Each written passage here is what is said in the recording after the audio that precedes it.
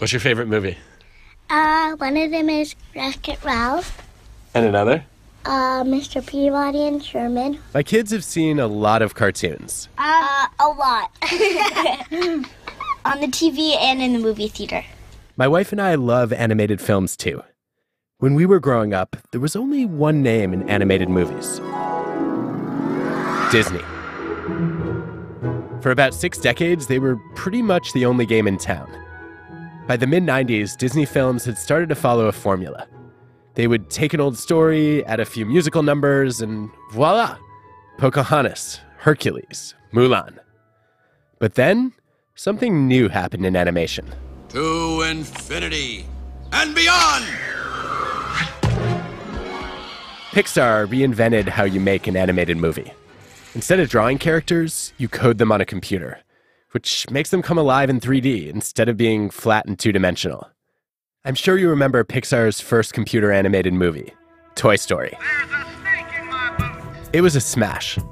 Not just because the tech was cool, but also because the story was fresh. It was just so vivid and funny, and the characters were original. This is Brad Bird. He's a writer, animator, and director. They weren't doing the 10 songs and all that stuff that was getting very standard in animation at the time. Pixar's first 3 films got multiple Oscar nominations. They grossed over $1 billion. The studio was a perfectly calibrated hit machine. And that's when they made a strange decision. They hired Brad. He was coming off a big project that tanked. Don't make me go back there, man. Don't make me go back. And it wasn't his first failure. I got fired from Disney, and I was actually fired from 2 of the first 3 jobs I held. But Pixar saw promise in Brad. He came to the studio with a bold vision for a new film. And he didn't recruit the star teams who had created their earlier hits. Instead, he deliberately assembled a band of Pixar's biggest misfits. Black sheep. Disgruntled. I say pirate. Doesn't exactly sound like a dream team. But somehow, the movie they made together grossed over $600 million, won 2 Oscars, and was Pixar's biggest hit yet. It was incredible. Incredible. Incredible. Incredible. The critics loved it almost as much as my kids did. Awesome! I want to see it again. Again.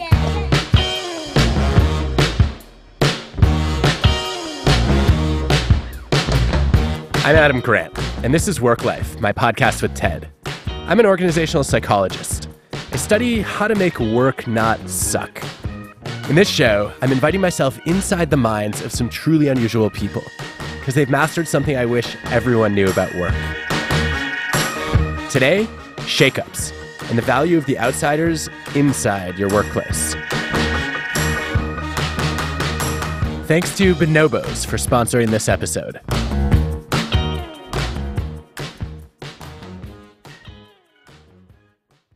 What's the best time to shake things up? In most workplaces, it happens when you're struggling. When the chips are down, you're desperate, and you have nothing to lose by taking some risks. But by then, it's often too late. You don't have the resources to run bold experiments. The evidence suggests that the best time to shake things up is actually when you're doing well. That's when you have the time, energy, and freedom to innovate. But sadly, research shows that success often makes us complacent. Experts call it the fat cat syndrome. Think about a time when you've been at the top of your game. Did you really want to embrace something radically different? Of course not. You probably became overconfident in your recipe and resistant to trying new things. Take Blockbuster Video.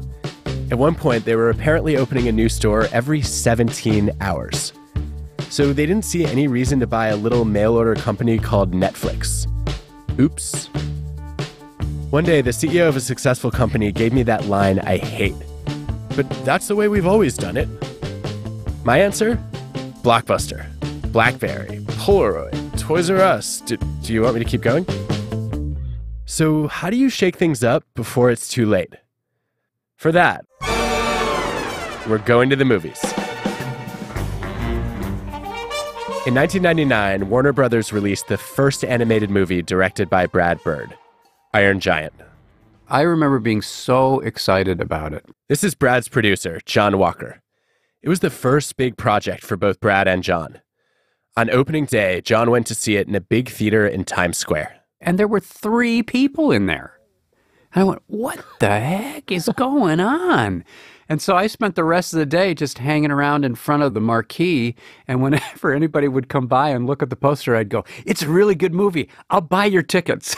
And so I probably bought like 10 people tickets to see it because there was no one in the theaters. It was empty. It was just sad. Ouch. So I thought, oh, that's it. That's the end of me. I'll have the Iron Giant on my resume and nothing more. The film failed commercially, but it was wildly original, and the leaders at Pixar saw potential there. So Brad Bird and John Walker got the call from 2 of the studio's co-founders, Ed Catmull and Steve Jobs. They go, we'll bring this bacteria in from the outside and see if it grows in the petri dish, They were actively choosing a guy to come up who had just made a big flop. Pixar was founded on a disruptive vision. Their leaders fervently believed it was never too early to throw your own recipe out the window. Steve Jobs wanted to keep raising the bar. Bigger hits, longer runtimes.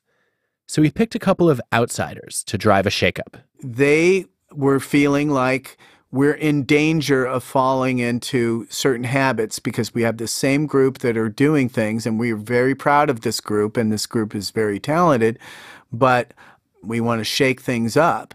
And they felt like whatever I was going to do, it was going to be different. And so they said, okay, well, here, can you guys do it? Can you do it in half the time, half the money? They gave the answer you'd probably give if Steve Jobs had asked you that question. Well, sure we can. You just say you can, right? And then you try to go figure out how to do it. So Pixar hired John Walker and Brad Bird. Brad had been working on a new story for an animated film. It would be called The Incredibles. And it was different than anything Pixar had ever done. Everything that the film was all the things that CG animation was then terrible at.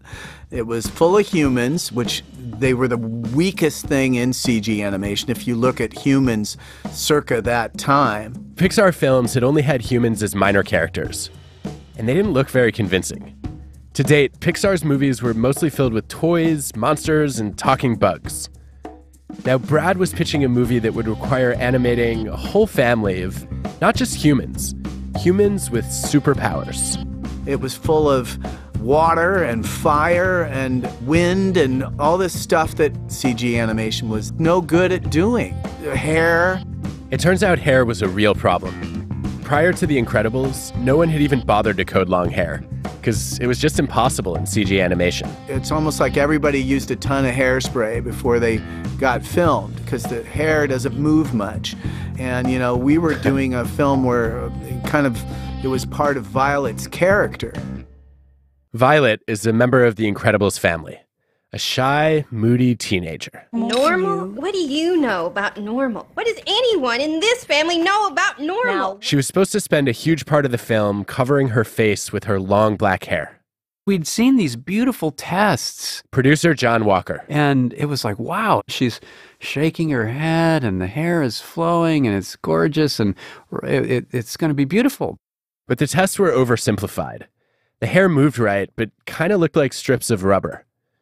When it was time to do the full computer animation, Violet's hair looked awful.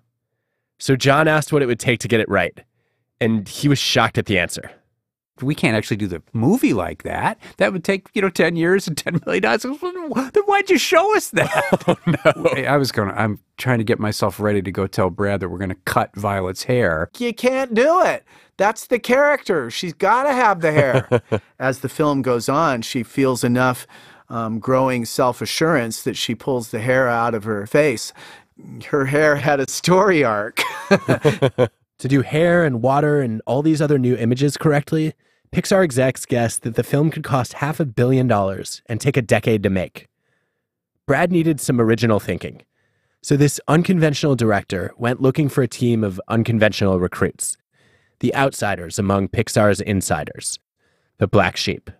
They're not always the smilingest, easiest people to work with. Sometimes they're a little grumpy. Brad, have you ever been a black sheep yourself? Yeah. Yes, yeah. My family was kind of like the family in Incredibles. We had these dinners where everybody vented and said what they thought. That's the attitude that I kind of grew up in. And I found very quickly the world doesn't work that way. Brad searched Pixar's ranks for people who were frustrated with the status quo, people who had risky ideas that had been dismissed or overlooked. You might have one of those people on your team, or maybe you're the black sheep. There's a big impetus, especially with success, to repeat whatever's worked before. You know, if it ain't broke, don't fix it. But I was looking for a bunch of people that were kind of dissatisfied with the way things were. Turns out Brad was onto something. Research shows that the kind of frustration he harnessed can fuel creativity. In other words, the curmudgeons on your team could be great untapped resources. I'm sure you've seen companies hire external consultants or executives to shake things up. But there's evidence that you don't have to turn to outside hires. You can go to the black sheep already working within the company. Consider one study that was done at a company that makes oil drilling equipment. Supervisors evaluated how often employees brought new and innovative ideas to the table. The employees who were rated the most creative were the ones who felt dissatisfied with their jobs. Their frustration with problems motivated them to develop fresh solutions. But dissatisfaction didn't always lead to creativity. It only helped when people felt committed to the company and had access to the feedback and support they needed. When you ignore them, disgruntled people channel their frustration in unproductive or even counterproductive directions. If you're aware they're out there, though, and you really listen to them, they can become your allies. They always say innovation is the pirate ship that sails into the yacht club. Nobody likes it, but then they appreciate it later. This is Lisa Bodell. She spent part of her career in advertising and startups. And I came there to do really great, motivating, inspiring things, and I was spending my day just managing processes and procedures and crap. Lisa got fed up with the dozens of meaningless tasks that define so many work environments. So she started a company called FutureThink to help organizations shake up the status quo. And ideally, walk away with things that will help you simplify your work and your life to get you moving forward. And what I thought we could do is go through about, 500 PowerPoint slides. Does that work for you all? No? Her big breakthrough came when she was giving a talk to a few dozen executives at a manufacturing company. I realized quickly that these people didn't give a crap about what I was talking about. And so I called a break. And I said, listen, I'm going to shake things up. She looked at all these bored executives and told them to kill their own company. I challenged each of those groups to identify who their number one competitor was. And then I said, pretend you're that competition. Pretend you have that hat on. I want you to put yourself out of business. I mean, just the room lit on fire. They were so excited because I gave them permission to talk about the things that were literally verboten. It was a mindset shift as well as a business strategy shift. When I heard about the exercise, I was expecting a room full of complaints and cynicism. Then I watched it happen. And I have never seen a more energized group of leaders in my life. Really what it does is give people a framework and permission to start attacking things that aren't working. And that's what's energizing to people is that they don't know the difference, Adam, between being in a groove and being in a rut. And most people, when you talk about complacency, are in a rut. And until you talk to them about what do you wish you could change, why are you frustrated, they get pumped up. One thing that's always fascinated me about this exercise is how different it would be if you ran it as Save the Company. And I was interested in hearing sort of what led you to the boldness of killing the company rather than saving the company. Save means safe. And preserve, I think of a life preserver. How can we keep what we have safe versus how can we get rid of what we have and do things better? It's permission to admit that things might not be right. So you can look at what's not working and make space for things that are. If you were asked to kill your company, where would you start? You might begin the way Lisa does. Gather some people together to give their frustration a voice. Put them on offense, not defense, by asking them to attack the problems they see. And then invite them to run with their best ideas. Lisa's approach has worked in all kinds of environments. Banks, tech companies, city governments, schools. And Brad Bird did his own version of it at Pixar. Pixar kind of invented a lot of the stuff that now everyone takes for granted. I mean, they were the best in the world at it. those methods weren't going to work for our film. Brad challenged the Black Sheep to try different solutions to their toughest animation problems, like Violet's hair. They don't want to do something the way that it's always been done. For every 20 people that say this is how you do it, there's usually one person going, you don't have to do it that way. There's another way that you could do it. But there was one problem that neither Brad nor John Walker had anticipated. They were in different rooms. They were doing different things. The technical people had been unleashed to build all these new tools, but the creative people didn't really understand how to use them. Something would go wrong. An email would come from one side going, hey, your simulator is broken, over to the people that were building the simulator. And the simulator guys would write back, no, it's operator error. And it would go back and forth like that. And we go, oh my gosh, this is not working. Brad and John started listening to the people on the front lines, and they suddenly realized there was a simple solution to their complex problem. Put the technical people together with the animators in the same rooms. As soon as that started to happen, it was like magic, because somebody'd show them the problem and I see, look what happens. I do this and the hair flies around the room. And the guy's building somebody goes, well, you got to hit F3-7 and put this little bit of a code in there. Didn't you know that? And they go, no, we didn't know that. The beautiful thing of when you go after Black Sheep, you say, hey, I'll give your crazy idea a try. That's kind of where they want to go. So wait, Brad, does that mean you're just trying to surround yourself constantly with angry people? No, I mean, I don't want just disgruntled people. There's plenty of those, and they don't do a damn thing for anybody. I want people who are disgruntled because they have a better way of doing things and they are having trouble finding an avenue. Racing cars that are just spinning their wheels in a garage rather than racing. You open that garage and, man, those people will take you somewhere.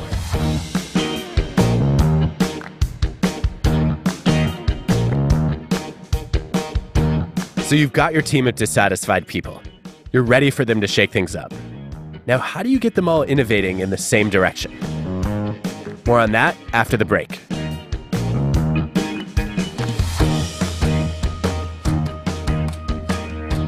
Okay, this is going to be a different kind of ad.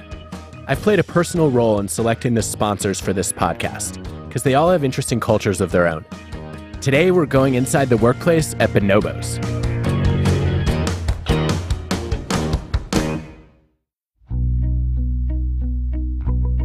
A few years ago, Sam Gonzalez was on an all-staff call at Bonobos when the top boss said something that took his breath away. She had said one of the things in that conference call was that we were going to embrace, in our marketing campaigns, we were going to really start to think about gender identity. For Sam, a guide in one of Bonobos' shops, the idea that a men's clothing brand was going to focus on gender identity wasn't just exciting. It was personal. I'd worked at Bonobos for a little over a year before I figured out that, I am trans and I want to transition, and that will include for me and, letting everyone that I work with know and everyone who comes into my life know that, this is a part of who I am. Sam had prepared for the worst. What does it mean to transition at work? Because I had only heard horror stories. But then once I did, I, was proved 100% wrong. People were super open. They were incredibly caring and respectful. And then, just a few months later, Sam found himself on this all-hands phone call. Mickey Onvaral, then the co-president and now Bonobos CEO, said the company was going to start a public conversation about gender identity. As soon as the call finished, Sam sent her an email. I said, I don't know if you know this, but I am trans and I have transitioned at Bonobos and I've been here for a while. And you have no idea what this type of representation means to someone like me. When I first got Sam's email, I was, to be honest, completely overwhelmed. I think I probably shed a tear or two. I'm Mickey Onvaral. I am the CEO of Bonobos.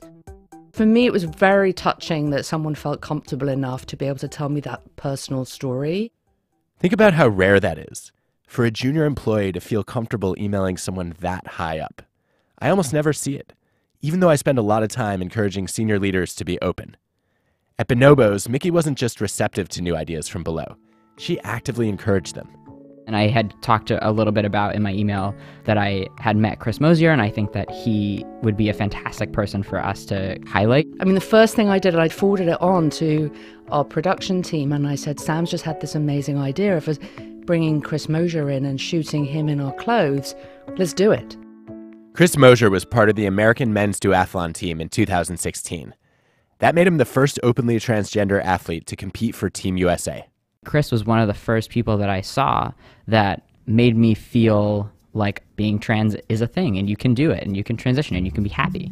So Sam made a pitch for Bonobos to feature Chris in a commercial. For a men's clothing company to say trans men are men and can be a part of our campaign, to me personally was a big deal. That's Chris. A few months later, Bonobos launched a commercial that featured him.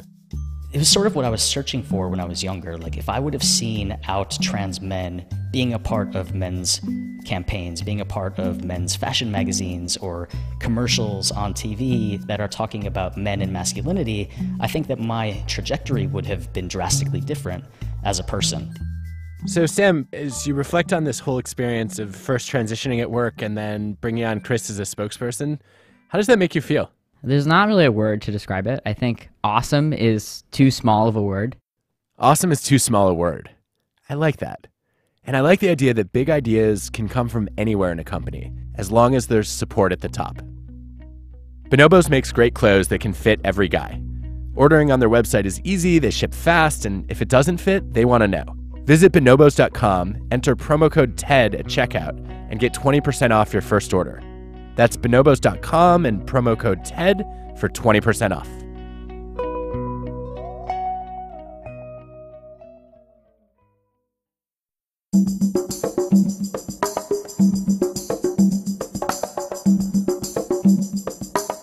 When you're gathering a group of people for a major shakeup, how do you motivate them? Your first instinct is probably to inspire them.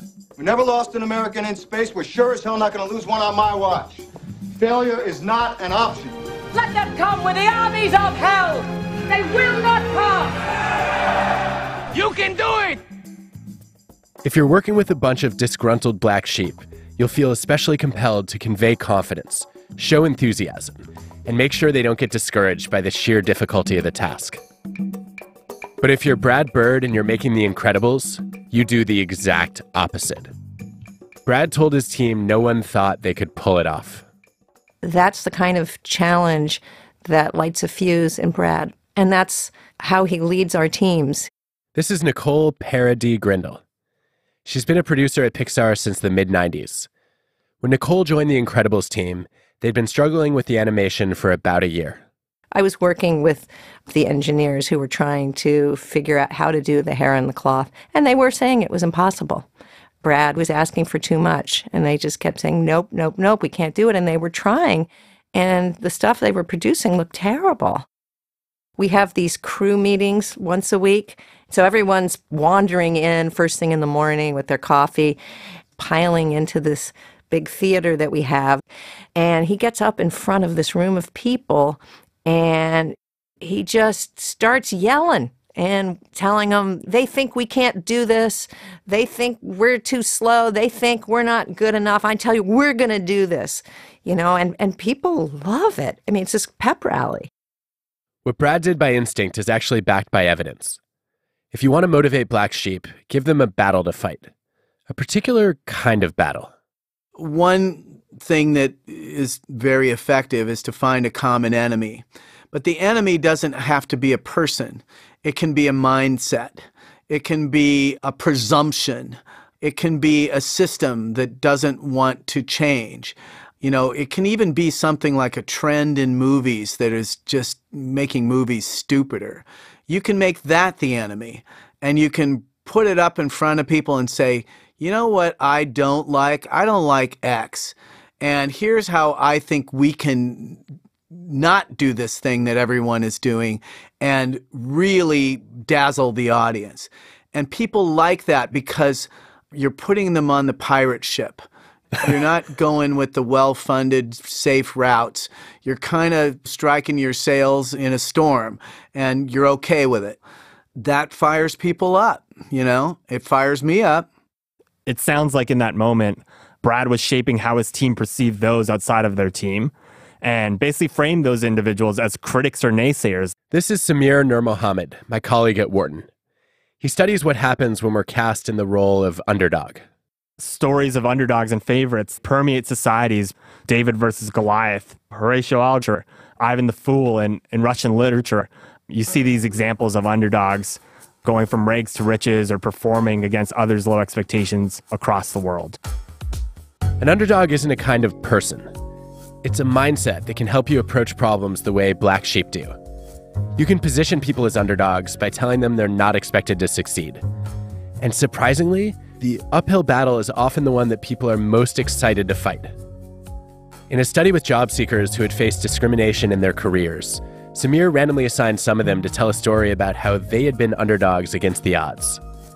It almost doubled their chances of landing a job in the following month. You actually experience more efficacy and more confidence to do well, and it leads to higher performance.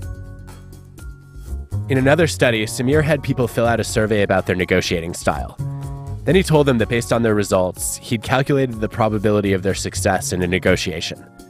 He told some participants they were the favorites, some they were evenly matched, and told others that they were the underdogs. The underdog actually ended up reaching the more creative solution.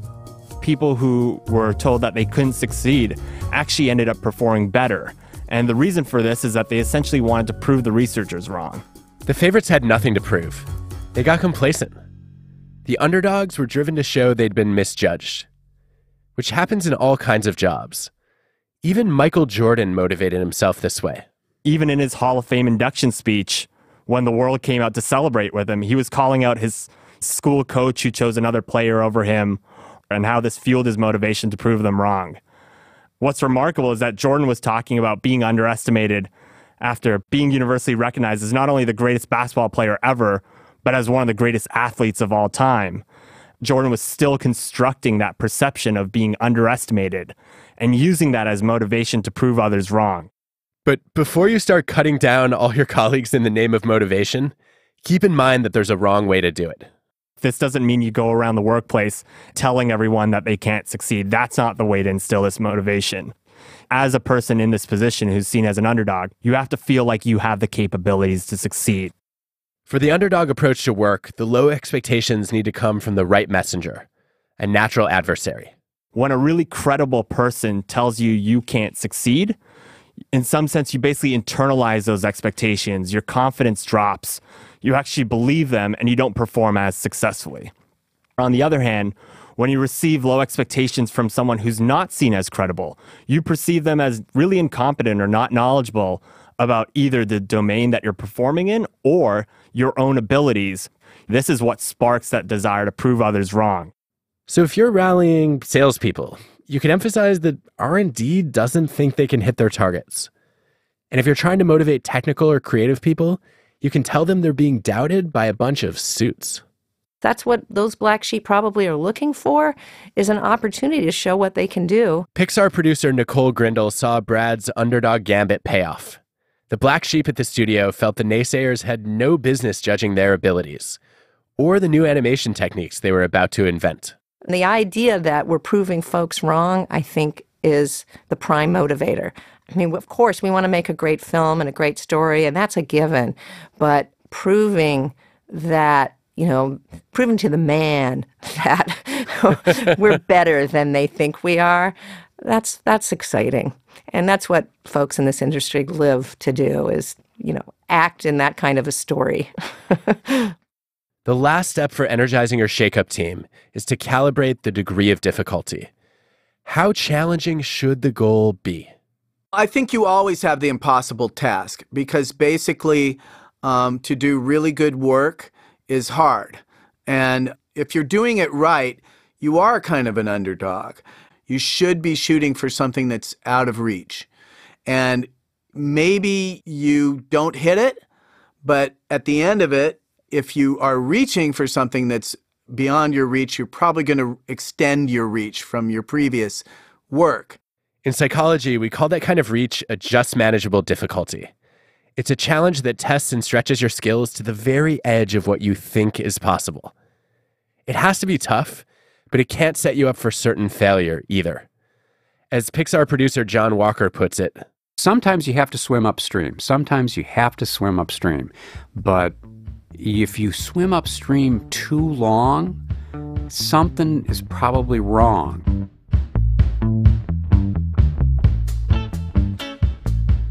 Okay, I came away from Pixar convinced that to shake things up, it can help to recruit the people you'd least expect, frustrated people, and listen to them. Then motivate them by making them into underdogs against the odds or a difficult enemy. But I was curious about whether this could all work in a place that's the total opposite of Pixar, the ultimate bureaucracy, an environment where strict orders are followed, old traditions crush new technologies, and creativity isn't just not rewarded, it's sometimes actively punished. Recruit training, where a man is taught the basic skills for the sea. The U.S. Navy. He learns to be part of the team. He learns where he might fit in. A few years ago, a military general told me that if I wanted to understand innovation in the armed forces, I had to talk to a junior naval officer named Ben Coleman. My grandfather was a World War II aviator, and my great-uncle was an Air Force pilot who was shot down over Vietnam and spent 5 years in the Hanoi Hilton with John McCain and Jim Stockdale. And those stories infused my upbringing. And I wanted to be leading carrier battle fleets against whoever was attacking the United States. So I was surprised to hear Ben's colleagues call him a black sheep, a rabble-rouser, a troublemaker. Troublemaker is an amusing term for me, and I think my parents would get a kick out of that. Do you think you are one, though? Or you became one in the Navy? I think I became a troublemaker in the sense of challenging established wisdom. Ben may have been a sailor, but he didn't start out as a pirate. I was in a fraternity that was known for its parties, but was the guy doing risk management on the outside, making sure nothing too crazy went down. Ben became a naval aviator, just like the pilots in Top Gun. Their call signs were Maverick and Iceman. My call sign was Professor because I had this habit of reading long books like The American History of Law and listening to classical music. When Ben flew missions as a naval pilot, he had a huge amount of autonomy.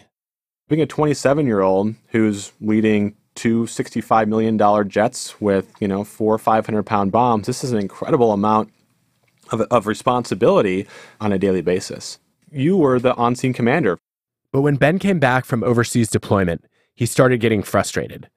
Frustrated that people were getting rewarded based on seniority instead of performance. Frustrated that people were getting promoted for conformity instead of original thinking. Frustrated that a field-tested combat pilot couldn't even have a beer on a Friday night without seeking approval from a senior commander. There's 5 or 6 levels of approval. Even if the first 4 people say yes, it only takes 1 veto to kill an idea. And so that becomes very discouraging, and you stop caring to some extent. So Ben wrote an essay for a military news site. He explained his frustration and challenged the Navy to start supporting and promoting junior people with disruptive ideas. Piping up like that is sort of not done in the military. And I said some pretty intemperate things, if I'm reflecting on it, but it got the attention of a lot of senior officials who were aghast that I would write something like this. But some leaders were open to Ben's perspective. A Navy admiral was setting up something called a Rapid Innovation Cell, and he asked Ben to direct it. Now, to give you a sense for how slowly the Navy adopts new technologies, some of their computers are still running Windows 95. Yet, over the next year, Ben's Rapid Innovation Cell succeeded in getting 3D printers installed on ships. They also tested a robot fish, affectionately named Silent Nemo, for stealth underwater missions. It looks like a tuna, in case you were wondering. Ben fueled these advances with the same strategies we saw at Pixar. His first step was to recruit black sheep. Many of them had been disciplined for insubordination, like one guy who was fired from a nuclear submarine for disobeying an order. It ended up being one of the key innovation catalysts. How did you find them? And was that a signal that you were deliberately looking for? Let me just find a bunch of people who are pissed off. Yeah. If you had the guts and the willingness to put your name onto an idea and publish it, that already sets you apart from the crowd. And disruptors, while they're lone wolves to some extent, they also find each other, whether it's in the cubicle next door or the building across the way or even across the country. Second, Ben gathered them together to really listen to their frustrations rather than squash them. One of the phrases that really makes me angry is when senior leaders say, if you have a problem, don't tell it to me unless you have a solution. Oftentimes, junior people have lots of problems they don't know the solutions to, and they need guidance. This is untapped energy that is just waiting to be unleashed. Third, Ben rallied them around a common enemy. In this case, middle managers. You had this mismatch between senior officers who really and truly wanted the crazy ideas with those below them who had a mandate to slow those things down. And if we didn't get their approval, then we just jumped ahead of them to their senior, who usually was in our favor. And you can use the bureaucracy against itself in this sense, because people will always fall in line. In Ben's view, the lasting impact of his work was in demonstrating that this kind of innovation could be fueled from the bottom up by black sheep inside the Navy. They planted seeds for dozens of other rapid innovation cells across the military. And so for me, the greatest success is the mindset that it created within a very bureaucratic organization to take charge, to empower people to run with an idea and build a community of support around that, and do it regardless of whether or not you had official support. All right, as much as I love this whole recipe, I have one little problem with it. You can only use it once. If you succeed, people aren't underdogs anymore. That was Brad Bird's big challenge when it came time to make a sequel to The Incredibles. This time, the team was stacked with hitmakers. There was no common enemy, and they had 3.5 years to make the film. It seems like it would have been harder to frame the crew as underdogs given how remarkably successful the original movie was. Except that they took a year off of our schedule. And suddenly we're the underdogs again. Whoa. We had a hell of a mountain to climb that in many ways was taller than our first one. The studio asked us to release the film a year earlier than what we had originally planned. A year is a lot. We tried to reestablish that underdog theme, and taking a year off the schedule sure helped. That's one way to turn superstars into underdogs again. But to make it work, the new challenge has to be meaningful or exciting, not just an arbitrary burden.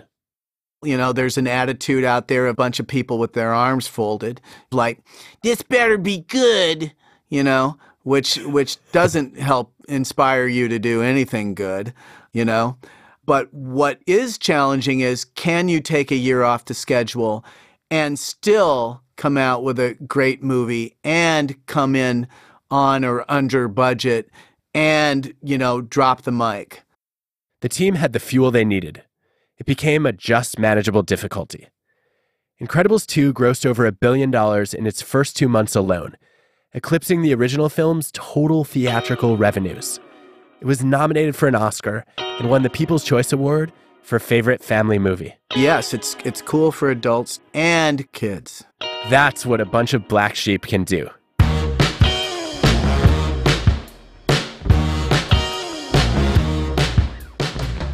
And, oh yeah, it's now the highest grossing animated film in American history. Most importantly, it got 6 thumbs up from my favorite experts. What was the first thing you said when we came out of the theater? I want to see it again and again. How many times have you seen it? 4? You've seen it 4 times? I think. Why? Because I like it. I think it was twice in the same week. WorkLife is hosted by me, Adam Grant. The show is produced by Ted with Transmitter Media. Our team includes Colin Helms, Greta Cohn, Jessica Glazer, Grace Rubenstein, Angela Chang, and Janet Lee. This episode was produced by Dan O'Donnell. Our show is mixed by Rick Kwan. Original music by Hansdale Sue and Allison Leighton Brown. Ad stories produced by Pineapple Street Media. Special thanks to our sponsors: Bonobos, Accenture, Hilton, and JP Morgan Chase. Thanks to Bob Sutton for alerting us to the incredible story, and Jamie Wolfe, Chris Wiggum, Rick Sayer, Alan Barolero, and Greg Brando for sharing their perspectives and helping with interviews at Pixar, as well as Rich Walsh in the military. For their research, Jing Zhao and Jennifer George on dissatisfaction fueling creativity, Sim Sitkin and colleagues on stretch goals, and Jane Dutton and Bob Duncan on the fat cat syndrome. Next time on WorkLife. We finished, and I hear Shalane go, was hard. I taste blood. And then she goes, that's so awesome. I was like, you know what? I'm going to find out exactly what I'm made of here. Olympic rivals and pretty good friends, too. We'll explore how to get the best of both worlds. Beep, boop, beep. Daddy, I'm in your studio. Let's push buttons. Is that a microphone? I'm Adam Grant, and I have no hair, and my podcast is great.